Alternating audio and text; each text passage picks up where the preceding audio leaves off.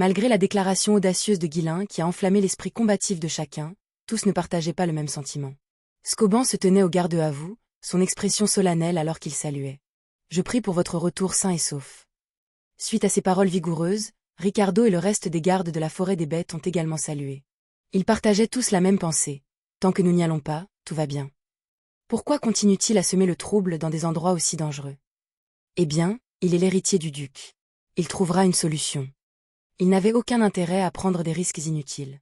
Les épreuves auxquelles ils ont survécu jusqu'à présent ont suffi à s'en vanter pendant des générations. C'était sûrement suffisant. Ils voulaient tout simplement profiter d'une retraite paisible. Mais Guilain fixa son regard sur Scoban et parla. « De quoi parlez-vous? Vous venez tous avec moi. »« Hein?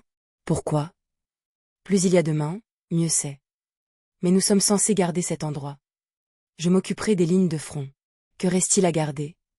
Ne pouvons-nous pas rester ici? » Non. Scoban croisa les bras, réfléchissant brièvement. Après une réflexion rapide, il a présenté une justification. « Je fais partie des forces de Ferdium. Je ne peux pas bouger sans la permission du Seigneur. » Son raisonnement était simple. Étant issu d'un autre domaine, Guilain n'avait pas le droit de lui donner des ordres. Malheureusement pour Scoban, Guilain n'était pas du genre à se soucier de telles formalités. « Mon père est absent, donc en tant qu'héritier, je suis le seigneur par intérim. » Mais l'administrateur n'est-il pas le seigneur par intérim? Soupir. Envisagez-vous de prendre votre retraite prochainement? L'implication de Guilain était claire. Une fois qu'il aurait hérité du territoire, Ferdium tomberait également sous son contrôle, et Scoban resterait sous sa coupe pour le reste de ses jours. Scoban se tourna immédiatement vers Ricardo. Rassemblez les autres, préparez tout le monde. Nous n'avons pas encore reçu d'ordre formel, cependant. Si vous avez le courage, allez-y et résistez. Ne savez-vous pas que l'héritier du duc qui se tient juste en face de vous est bien plus effrayant que l'administrateur à des kilomètres de là? Suivons le courant et considérons cela comme une visite touristique de la forêt intérieure. Essayez de voir le bon côté des choses. Même si les gardes de la forêt des bêtes étaient peu nombreux, chaque main supplémentaire faisait la différence. Guilain a ajouté des instructions supplémentaires pour Scoban. Ne laissez que le strict minimum pour la sécurité locale et faites venir tout le personnel de réserve. Commencez également à recruter des travailleurs. Faites savoir à toute personne intéressée qu'elle est la bienvenue et offrez une rémunération généreuse. Scoban s'est conformé sans résistance. Après tout, la plupart des forces principales étaient stationnées dans la forteresse du Nord, et personne ici ne pouvait s'opposer à ce fou. Bien entendu, Guilain n'avait pas l'intention d'attendre l'arrivée des renforts et des ouvriers.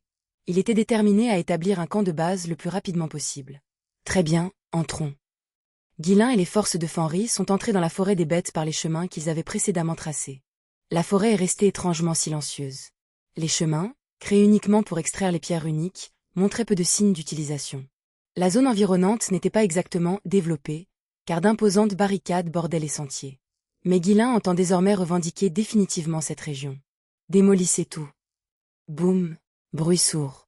Alors que 3 soldats et chevaliers arrivèrent, les hautes et robustes barricades protégeant les sentiers furent rapidement démantelées. Une vaste clairière émergea et des tentes de commandement furent rapidement érigées. Cette compensation servirait de point de départ à un règlement adéquat. Il n'y a pas beaucoup de monstres à la lisière de la forêt. Avancez le plus vite possible. Le véritable cœur de la forêt, le territoire des Dirutans, était encore à une certaine distance. Cette zone avait déjà été dégagée lors d'expéditions précédentes. Sans menace imminente d'attaque de monstres, Guilain a mobilisé ses troupes de manière décisive. En seulement 3 jours, ils ont sécurisé une zone suffisamment vaste en lisière de forêt pour accueillir plusieurs villages. Mais, bien sûr, il y avait encore des attaques occasionnelles. Gras! Une créature massive est sortie de la forêt en direction des soldats coupant des arbres. Les hommes ont crié sous le choc à cette vue. Qu'est-ce que c'est que ça? Un ours? Est-ce censé être un ours? Comment est-ce si énorme? Ce qui se tenait devant eux était un grizzly presque 2 fois plus grand qu'un ours ordinaire, sa fourrure grise rugueuse et inégale parsemée de cicatrices. Ce n'était plus seulement une bête, c'était pratiquement un monstre. Cet ours, visiblement marqué par d'innombrables batailles, avait probablement été chassé à la lisière de la forêt par des créatures encore plus puissantes. Pourtant, il possédait la force de déchiqueter un humain moyen en quelques instants. Réclamant son territoire, l'ours a poussé un rugissement qui fait trembler la terre. Gras. Cependant, alors qu'il se préparait à foncer, il hésita. Il y avait trop de proie, beaucoup trop. À ce stade, ce n'était même pas une proie. L'ours s'est arrêté net, ses yeux se promenant. Même une bête motivée par son instinct pouvait reconnaître quand les chances étaient défavorables. GRK, GRK. Après un moment de délibération, l'ours hocha légèrement la tête, comme pour signaler continuez vos affaires. Puis, il a commencé à reculer. Mais les troupes de Fenris, déjà tendues à cause de la redoutable réputation de la forêt, n'étaient pas près de lâcher prise. Leurs nerfs exacerbés ont entraîné une réaction extrême. Feu. Swash. Sur ordre de l'officier le plus proche, des centaines de flèches pleuvent sur l'ours. C'était une agression extrêmement injuste.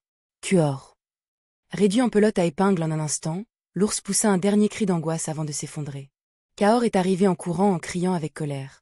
Et quel genre d'attaque était-ce sur quelque chose comme ça? La peau est ruinée maintenant. L'énorme peau d'ours, qui aurait coûté très cher, était désormais criblée de trous et totalement inutile. L'officier a balbutié, visiblement troublé. Eh bien, c'était un monstre tellement effrayant. Allez, ce n'est pas un monstre, c'est juste un ours effrayant. Détendez-vous, ce n'est pas si grave. L'officier n'a pas pu se résoudre à argumenter davantage. Comment quelqu'un pourrait-il qualifier une créature aussi monstrueuse de « pas grave » Kaor, affichant une expression suffisante, a donné un avertissement sévère. Je suis déjà venu ici, n'est-ce pas? Je connais cet endroit comme ma poche. Donc, si quelque chose comme ça se présente à nouveau, appelez-moi d'abord. Compris. Kaor, qui avait passé d'innombrables jours à écorcher des monstres dans un but lucratif, s'était entièrement concentré sur les peaux. Chaque pièce de son équipement était désormais faite de cuir de première qualité. Il n'a pas perdu de temps pour convoquer ses chasseurs. Quiconque s'est écorché des monstres, avancez. Vous êtes désormais devant. Compris? Oui, monsieur. En tant que roi du cuir autoproclamé d'Ironcliff, les ordres de Kaor ont été accueillis avec enthousiasme. À partir de ce moment-là, Kaor et ses chasseurs se sont occupés de toutes les tâches de dépçage, s'assurant que chaque peau de monstre ou de bête était soigneusement préservée. Même si ce travail rapportait des profits constants, la forêt abritait des créatures bien plus bizarres et grotesques que celles aux peaux de valeur. Même si les monstres rencontrés jusqu'à présent étaient dispersés et ne représentaient aucune menace significative, l'atmosphère de la forêt des bêtes tenait tout le monde en haleine. Les rumeurs sur la forêt, combinées à son ambiance étrange et oppressante, ont déconcerté même les soldats chevronnés. Les gardes postés dans la forêt se sentaient particulièrement en conflit. C'est pourquoi les chiffres sont importants. Je n'aurais jamais pensé que nous vivrions assez longtemps pour voir le jour où nous raserions cet endroit au bulldozer. Vous ne pensez pas que des monstres vraiment dangereux apparaîtront, n'est-ce pas? Tout ira bien, n'est-ce pas? L'héritier du duc a déjà nettoyé cette zone une fois. Elle devrait toujours être sûre, ça doit l'être. Pour les habitants de Ferdium, la forêt des bêtes était un symbole de peur depuis des générations. Même si Guilin avait réussi à s'y aventurer et à en récupérer certaines parties, cette peur ne s'est jamais entièrement dissipée. La forêt restait interdite d'accès, à l'exception des chemins utilisés pour extraire les pierres uniques, et des gardes étaient toujours postés à l'entrée pour se préparer aux attaques de monstres. Ainsi, même si Guilin menait une force écrasante dans la forêt, les gardes ne pouvaient pas baisser la garde. Les nouveaux arrivants dans la forêt n'étaient pas différents. Même si les monstres apparaissaient moins fréquemment que ne le suggéraient les rumeurs, leur taille et leur forme menaçante laissaient une impression durable. Si de telles créatures étaient apparues en plus grand nombre, la situation aurait été désastreuse. Seuls Kaor et les chasseurs semblaient véritablement ravis. Ils commençaient à se montrer complètement dédaigneux à l'égard de la forêt des bêtes. C'est quoi cet endroit? Il y a moins de monstres ici que dans les montagnes de l'ombre. C'est à peine un défi. Cette forêt était-elle vraiment si terrifiante? Je ne peux pas croire que personne n'ait pris la peine de la défricher avant maintenant. Même si cette zone a été nettoyée auparavant, c'est encore trop ennuyeux. Où est le plaisir de chasser comme ça? Dans les montagnes de l'ombre, les monstres sont revenus presque immédiatement après avoir été éliminés. Le nombre de créatures là-bas était écrasant. Même si les monstres de la forêt étaient peut-être individuellement plus forts, ils n'étaient tout simplement pas assez nombreux pour que les choses restent passionnantes. Mais alors qu'ils poursuivaient leur plaisanterie vaine, une véritable menace a finalement émergé. SSSSSSK. Le premier à le remarquer fut un soldat de surveillance périmétrique. Il se figea lorsqu'il aperçut une forme massive se déplaçant entre les arbres. Puis il a crié d'alarme. Monstre. Des monstres arrivent. Les soldats, déjà méfiants, se sont mis au garde-à-vous au cri. Les armes furent dégainées et les formations furent préparées à la hâte. Mais lorsque les monstres sont apparus, tout le monde a été surpris. Qu'est-ce que? Pourquoi sont-ils si gros? Reculez. Vite, formez les rangs. Appelez les mages. Nous avons besoin des mages ici maintenant. Les créatures étaient des mantes géantes, des prédateurs imposants ressemblant à des insectes, dotés de membres antérieurs dentés, capables de trancher l'acier comme s'il s'agissait de papier. Une mante géante a suffi à démembrer des dizaines de soldats. Mais il n'y en avait pas qu'un ou deux. Un essaim de 50 personnes était apparu, chacun assez grand pour décimer un bataillon entier. Regroupez-vous. Vite, rassemblez-vous. Levez vos boucliers. Tenez la ligne. Travailleurs, battez-vous immédiatement.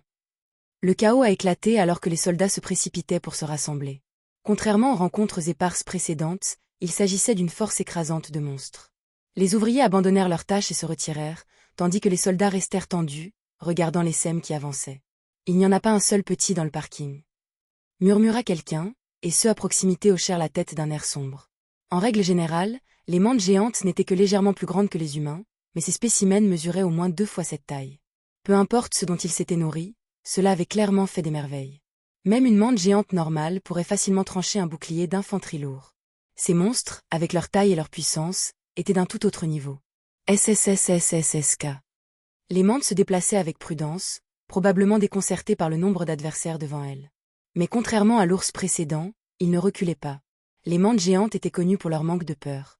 Même s'ils remarquèrent qu'ils étaient en infériorité numérique, la vue d'humains plus petits et plus faibles semblait renforcer leur confiance. Lentement, ils levèrent leurs membres antérieurs mortels et avancèrent. Les soldats resserrèrent leur emprise sur leurs boucliers, leurs visages gravés de tension. Non seulement les soldats, mais aussi les chevaliers, les chasseurs, les elfes et les mages se sont tous préparés.